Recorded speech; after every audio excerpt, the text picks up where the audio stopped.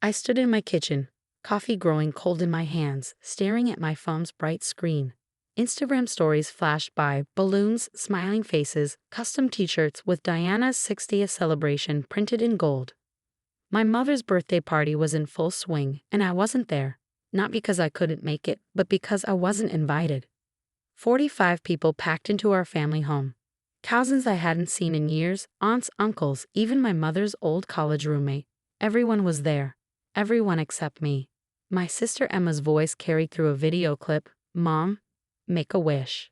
The camera panned across familiar faces, Dad BB proudly, my younger brother Mike with his new wife, Emma's husband lifting their toddler to see the candles. Then came the slideshow, projected onto the living room wall. Family photos spanning decades, carefully curated to erase any trace of my existence. I zoomed in on one particular photo. It was from last Christmas, originally featuring all four of us siblings. Now it was cropped, showing only Emma, Mike, and our youngest sister Sarah. I had been digitally removed, like a mistake they needed to correct. My hands shook as I set down my coffee. The bitter irony wasn't lost on me. The house they were celebrating in. I paid the mortgage. The catering spread across that table, my credit card. The new furniture they were all lounging on, another loan they'd never repay. For years, I'd been their safety net. The responsible eldest daughter who had money to spare. Every financial emergency landed in my lap. Emma's wedding venue deposit, Mike's car repairs, Sarah's college textbooks. Mom and Dad's perpetual home improvements. I never said no. Family helps family, right? My phone buzzed. A text from Sarah. "Mom's crying because you couldn't make it. She misses you." Couldn't make it? I hadn't even known about it. I typed back, "Interesting, since no one bothered to invite me." 3 dots appeared, disappeared, appeared again. Finally. Oh, I thought Emma was handling the invitations. Of course she was. Emma, the perfect daughter who'd taken my place. Emma, who never missed an opportunity to remind everyone how unreliable I was. How I thought I was better than them because I had a fancy job. I opened my banking app, looking at the recurring transfers, mortgage payment to my parents, $2,400 monthly. Emma's car insurance, $180. Sarah's student loan payments, $350. Credit card payments I'd been making for all of them. Various amounts, all substantial. Another Instagram notification popped up. Emma posted a group photo. Everyone wearing those matching t-shirts. The caption read, "Perfect family celebration for the perfect mom." Hashtag list, hashtag family first. Family first. Right. I thought about all the times I'd needed them. When I worked overtime for months to afford helping with Emma's wedding, and she complained I was too busy to help with planning. When I got promoted to senior financial analyst and Mom said I was showing off by mentioning it at dinner. When I bought my condo, and Dad suggested I was selfish for not buying a bigger place where Sarah could live with me while attending college. My fingers moved across the banking app almost on autopilot. First, I canceled all recurring transfers. Every single one. Then I logged into the joint account I foolishly set up with my parents for emergencies. $47,000. My money, accumulated over years of their small withdrawals for necessary expenses. I transferred it all to my private account. Next came the credit cards. I'd been added as the primary account holder on several of their cards to help build their credit. I called the bank. "I need to remove myself from these accounts and cancel any cards issued under my name." The customer service representative was efficient. "Of course, Ms. Anderson.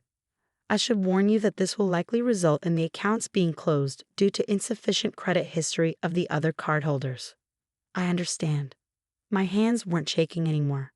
I felt calm, eerily so, as I systematically dismantled the financial web they'd wrapped around me. Another video appeared on Instagram. Mom opening presents.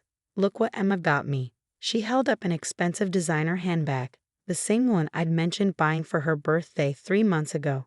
The one that had been sitting wrapped in my closet, waiting for today. I opened my email and began typing. "Dear Mr. Harrison, as discussed during our meeting last week, I'd like to proceed with the audit of all financial transactions related to the Anderson family property and associated accounts. The family accountant had been warning me for years about the tangled mess of my family's finances. Now it was time to untangle everything." My phone started ringing. "Emma, I declined the call." Another text from Sarah. Hey, did you just cancel your credit card? Mom's card got declined when she tried to pay the caterer. I didn't respond. Instead, I walked to my closet and pulled out the designer handbag I'd bought for Mom. The gift receipt was still tucked inside. I'd return it tomorrow. The calls started coming faster now. Mom, Dad, Emma again. Each one declined. Their voicemails piled up, but I didn't listen. I already knew what they'd say. How could you do this? We're family. We need that money. I poured myself a fresh cup of coffee and sat down at my computer. Time to go through my records. Every loan, every transfer, every small favor they'd asked for over the years. It was all documented, spreadsheets being one thing my job had taught me to maintain meticulously. The total made me feel sick.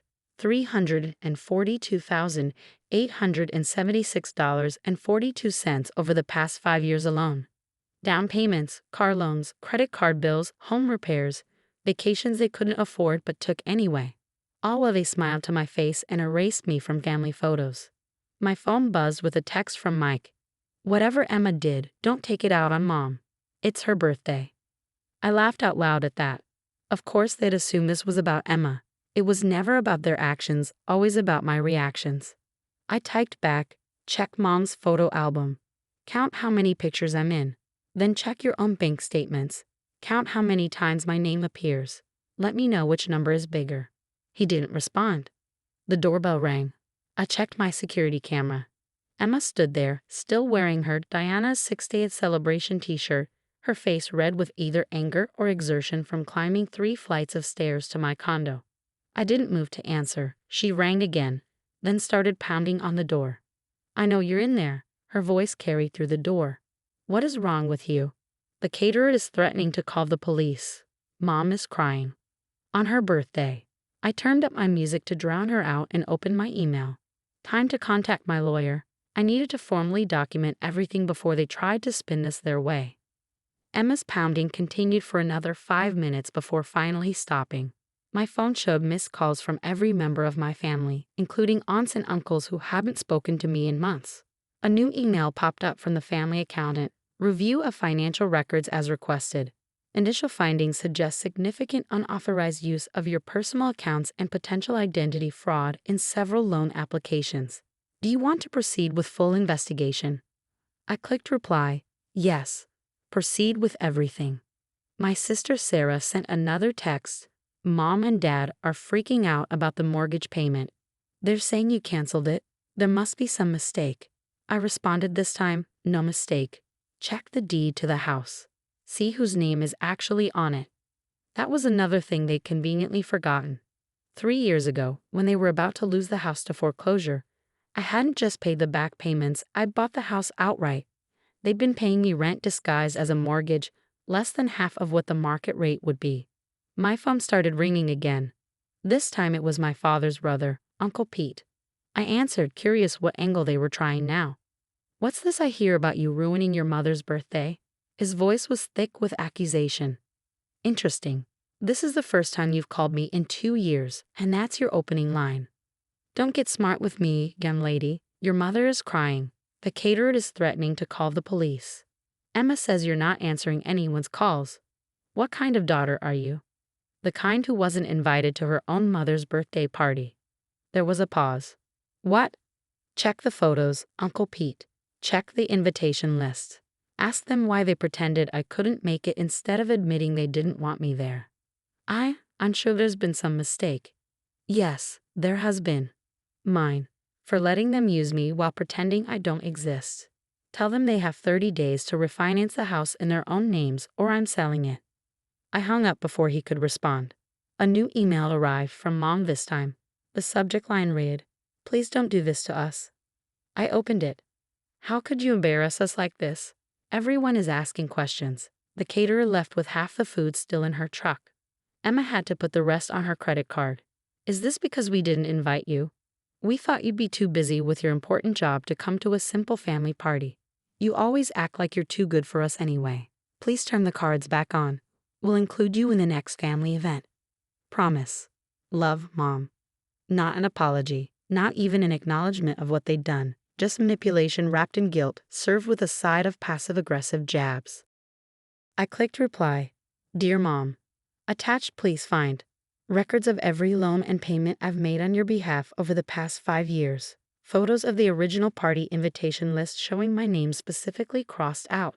Screenshots of Emma's text to Sarah specifically instructing her not to tell me about the party. Deed to the house showing my name as owner. Documentation of unauthorized credit card charges made in my name. You have 30 days to make arrangements for new housing if you cannot qualify for a mortgage. Any attempt to contact me except through my lawyer will result in immediate legal action. Regards, your daughter who was too busy to be included in the family photos. I hit send and blocked her email address. The next notification was from my bank. Unusual activity detected on joint accounts. Of course, they were trying to withdraw everything they could before I could stop them. Too late, I'd already moved the money. My security camera showed more family members arriving at my door. Mom and Dad this time, with Emma still there. I turned off the lights and sat in the darkness, listening to them pound on the door and call my name. Tomorrow, I'd start untangling the legal mess. Tomorrow, I'd deal with the fallout. Tomorrow, I faced the flying monkeys they'd undoubtedly send my way. But tonight, I sat in my quiet condo, looking at old family photos on my phone. The real ones, before they started erasing me. I found one from my college graduation, my parents beaming proudly beside me. That was before I had money, before I became their ATM. I deleted the photos one by one, just like they deleted me from their celebration. My phone buzzed with a text from Sarah. Please don't do this. We can fix this. I typed back, no we can't, but I can fix myself. Then I turned off my phone, poured myself a glass of wine, and finally allowed myself to cry, not for what I was losing, but for what I should have had all along. A family who loved me for who I was, not what I could give them. The sound of them pounding on my door faded eventually. In the quiet that followed, I felt something I hadn't expected, peace. Morning brought chaos. My phone, which I turned back on, exploded with notifications, 97 missed calls, over 200 text messages, and countless emails. But what caught my attention was the family group chat I'd suddenly been added back into. Emma had written a lengthy message. I can't believe what selfish name did to Mom's birthday. She's always been jealous of our family's closeness, and now she's trying to tear us apart because she wasn't invited to one party. Mom and Dad gave her everything, and this is how she repays them, by threatening to make them homeless. The responses flooded in. Mike, this is low even for her. Sarah, maybe if we all talk to her. Aunt Linda, I always knew money would change her. Uncle Pete, your father is devastated. I screenshotted everything before removing myself from the chat. Evidence. It was all evidence. The email from my lawyer arrived at 9 a.m. Documentation received. Initial review suggests multiple instances of financial abuse and potential fraud. Recommend immediate cease and desist letter to all parties. Available to meet at 2 p.m. to discuss strategy. I confirmed the appointment and headed to work. The security guard at my office building stopped me at the entrance. Ms. Anderson, your family members have been trying to get in since morning. I've turned them away, but they're persistent. I thanked him and took the elevator to my floor. Through the glass walls of my office, I could see my assistant looking uncomfortable. Your mother called 17 times, he said as I walked in. And your sister, Emma, I think she's been emailing every 10 minutes demanding your schedule. Block all their numbers, I instructed. Any emails from Anderson family members go straight to spam. My phone buzzed with a text from Mike's wife, Anna. They're talking about calling the police to do a wellness check on you. Please just talk to them. I forwarded the message to my lawyer and focused on work. But at lunch, the restaurant hostess approached my table. Ma'am, there's a woman outside insisting she's your mother. She's causing a scene. I paid my bill and left through the kitchen exit. Back at my office, emails from the family accountant kept arriving. Unauthorized loan application in your name from 2021. $50,000. Credit card opened using your SSN without consent. 2022. Multiple unauthorized transfers from joint account to Emma Anderson.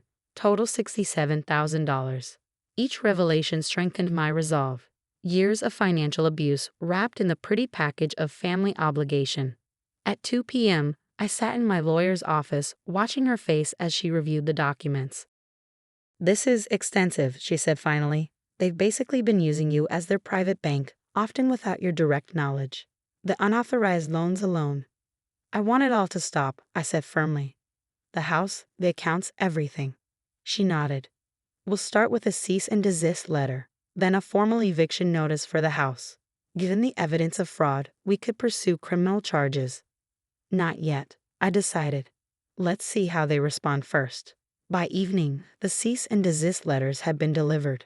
The family group chat I'd been re-added to exploded again. Emma, she's sending AADWERs after us now. Dad, after everything we've done for her. Mom, my heart can't take this betrayal. Then came the flying monkeys. Friends I hadn't heard from in years suddenly messaged, your poor mother is heartbroken. How could you do this to your family? They're saying you've lost your mind. I blocked them all. Sarah tried a different approach. Remember when we were kids, and you promised to always take care of me? What happened to that, sister? I replied.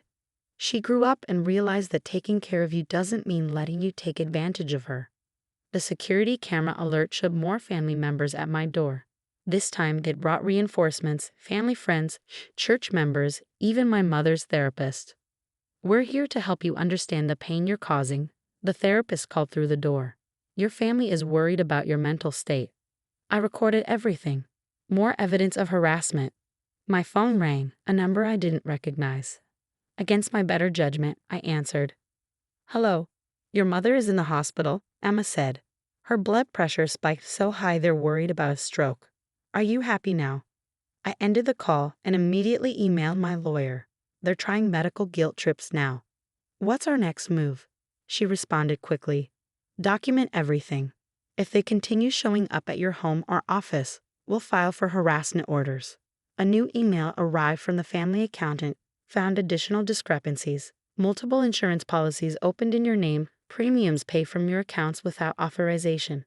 Beneficiaries listed as Emma Anderson and Sarah Anderson. I forwarded it to my lawyer with a single question. Criminal charges. Her response. With this evidence, absolutely. The day ended with a final text from Mike. Mom's home from the hospital. Dad's talking about bankruptcy.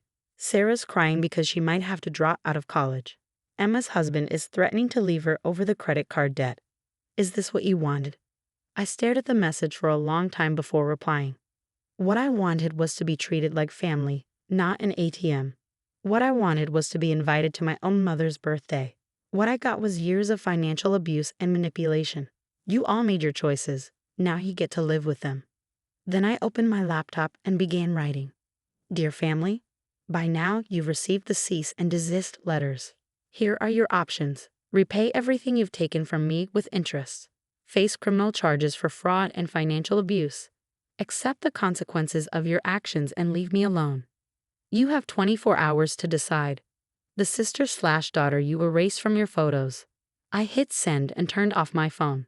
Tomorrow would bring more drama, more guilt trips, more manipulation. But tonight, I was finally free.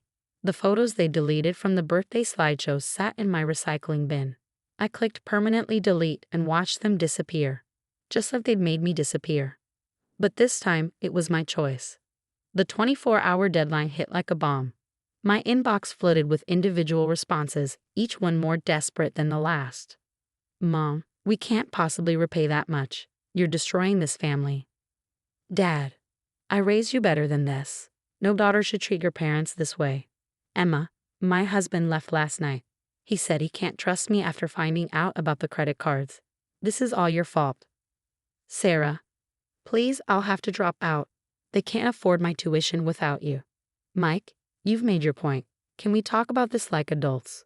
I forwarded each email to my lawyer without responding. Then came the group email from Dad, addressed to the entire extended family. Our eldest daughter has betrayed us in the worst way possible. After years of us supporting her career and helping her become successful, she's turned on her own blood. She's threatening to make her mother homeless, to send her own sisters into financial ruin. We ask for your prayers during this difficult time. The replies poured in, family members choosing sides. Aunt Linda, I'm disgusted by her behavior. Uncle Pete, she's gone power crazy. Cousin Jennifer, how dare she treat you this way? But then, unexpectedly, my grandmother's email cut through the noise. Stop lying, Diana. I've watched you take advantage of that girl for years. Every time she got ahead, you found a way to pull her back. When she bought her condo, you guilted her about not buying a bigger place for Sarah. When she got promoted, you called her stuck-up. When she helped pay for Emma's wedding, you acted like she owed it to you. I stayed quiet too long. Not anymore. The family chat exploded. Mom, Mother, how could you? Emma, Grandma doesn't know what she's talking about. Dad, this is family business.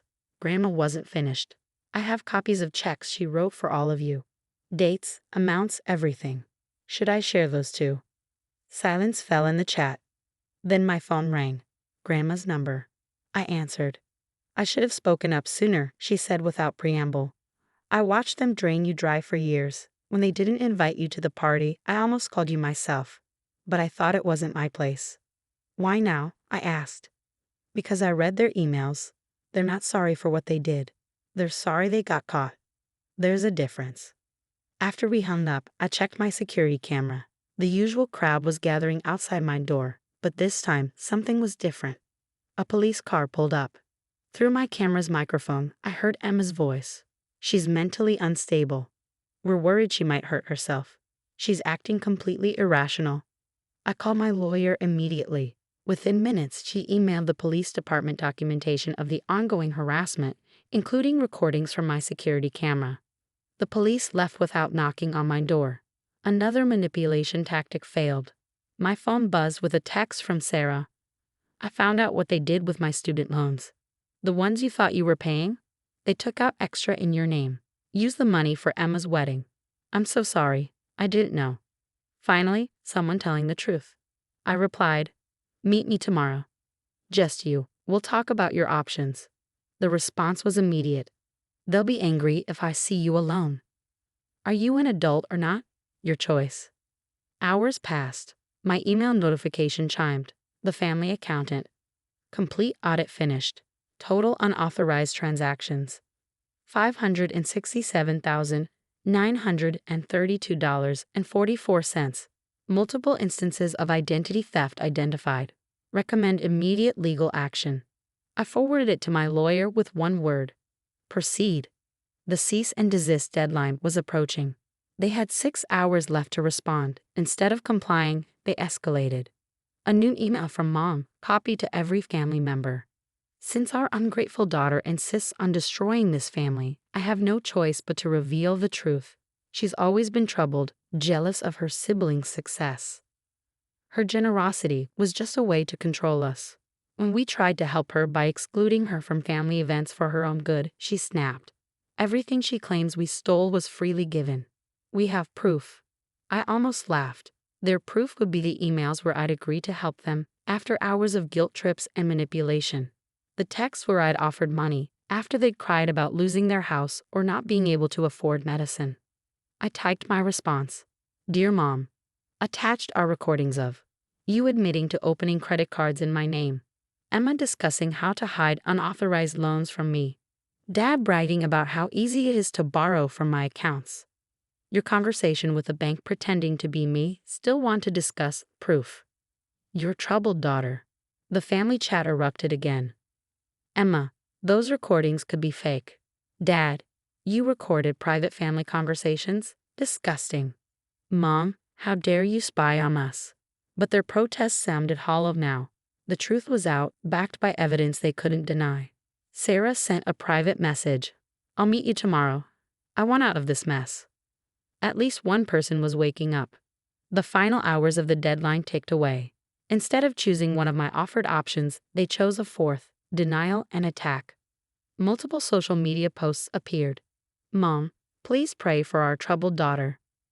Emma, some people let money destroy their family values. Dad, the pain of having a child turn against you. I documented everything, then deactivated all my social media accounts. Let them shout into the void.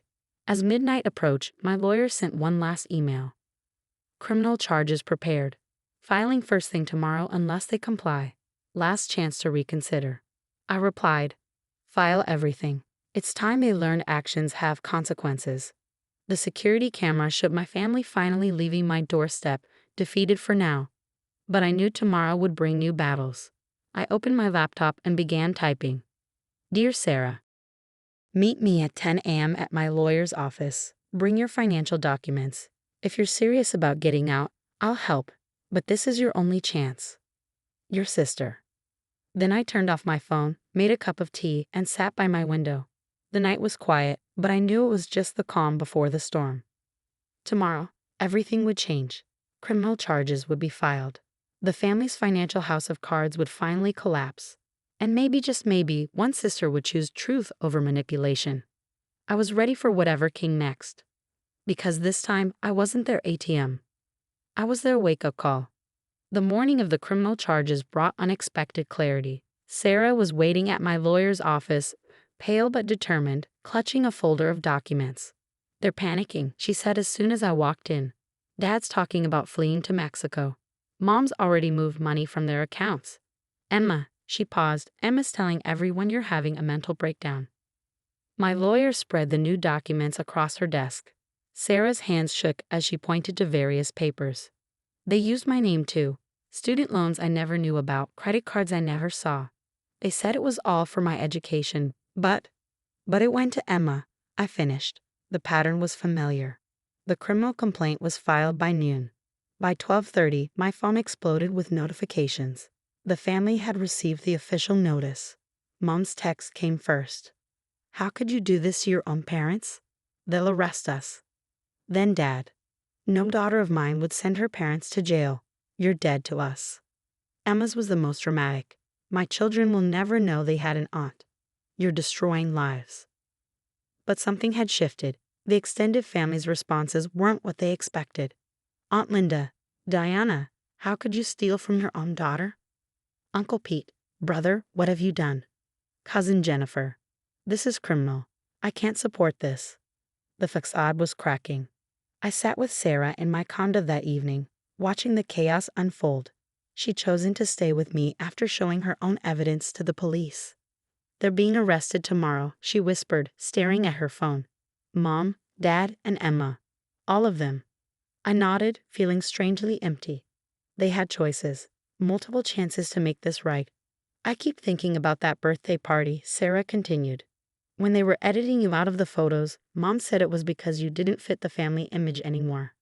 I should have said something then. But you're saying something now. My security camera alerted us to movement outside. Emma stood there, mascara running down her face. Please. She screamed at the door. They're going to arrest me. My kids? I'll lose my kids. Sarah moved to get up, but I caught her arm. Don't, she made her choices. We watched through the camera as Emma slid down the wall, sobbing. I'm sorry, I'm so sorry, just tell them to stop. But sorry wasn't enough anymore. The police arrived within minutes. Someone had reported a disturbance. As they led Emma away, her eyes found my security camera. I really am sorry, she whispered. The next morning's news had already picked up the story. Local family arrested in major financial fraud case. The article detailed years of systematic abuse, unauthorized loans, and identity theft. Our family name was splashed across headlines. Sarah read it with tears in her eyes. What happens now? Now they face consequences, I said, pouring us both coffee. Real ones. Not just empty threats. My phone rang. Grandma again. They're blaming me, she said without preamble. Saying I turned you against them. But you know what? Let them. Sometimes family needs a hard truth. The arrest made everything real. Mom and Dad were processed first, then Emma. Their mugshots would become public record. Their crimes documented forever. Mike called later that day. I had no idea. I mean, I knew they relied on you, but this? The fraud? The identity theft? Why didn't you tell me? Would you have believed me over them? His silence was answer enough. A week later, Sarah and I sat in my living room, watching the sun set over the city. She'd enrolled in a different college, one she could afford with legitimate loans in her own name. I'd helped her set up independent bank accounts and taught her about financial security.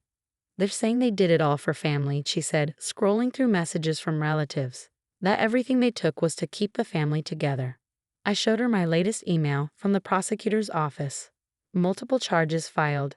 Evidence substantial. Minimum sentence recommendations. That's not family, I said quietly. That's exploitation dressed up as love. The final notification came from my lawyer. Asset recovery process beginning. Estimated restitution. But it wasn't about the money anymore. It never really was. It was about truth, about consequences, about breaking cycles of abuse hidden behind the word family. Sarah looked at me, really looked at me, maybe for the first time. "Thank you," she said, "for being strong enough to stop this, for showing me there's another way." I hugged her, feeling the weight of years lifting. One sister saved, one truth revealed, one future reclaimed. Outside, the city lights began to twinkle. Inside, two sisters sat in comfortable silence, building something new from the ashes of what was lost. Not a perfect family, but an honest one, and that was worth more than all the money they'd ever taken.